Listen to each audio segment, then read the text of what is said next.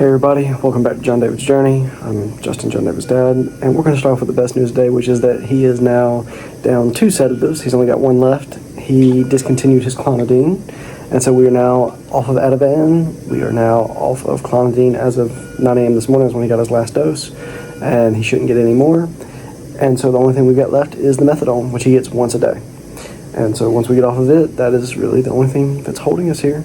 His feeds, he was doing 90 minutes on, 90 minutes off, and he did get to 75 minutes on and then 105 minutes off, and he wasn't tolerating it all that well. Last night he had to go back on oxygen, which could be a combination of a lot of factors. It could be that it's some of the withdrawals, could be that he's getting his methadone at night around 9 p.m. and that he's just sleeping too deep, and that's causing some of the desat. It could be the feed intolerance, so it could be a combination of all those together. We don't really know, but we're going to try and step back on the feeds and see if maybe that's it. And so he's going to go back to the 90 minutes on, 90 minutes off. He also had a visit from PT today, and they taught me how to do a scar massage, and so we'll be continuing to do that as he gets older. And they even said, like, as he gets older, like well past this age, that you can do it with lotion, and the whole purpose is to try and make sure the cartilage doesn't stick to the bone so he doesn't lose range of motion with his arms and his chest.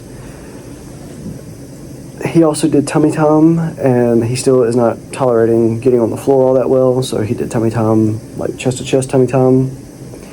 And then because he was on his oxygen, he's not quite as mobile as he's been, where I can just pick him up and go. So we put him in the stroller, and he did day 19 of the Ronald McDonald challenge with me. And then we also tested his pulse ox that we'll be taking home with us, which is what we will have to be using to test his oxygen levels while we're at home. And that's a really big deal, because when they start going down, he starts desatting consistently over time. That's kind of the signal of when we need to come back.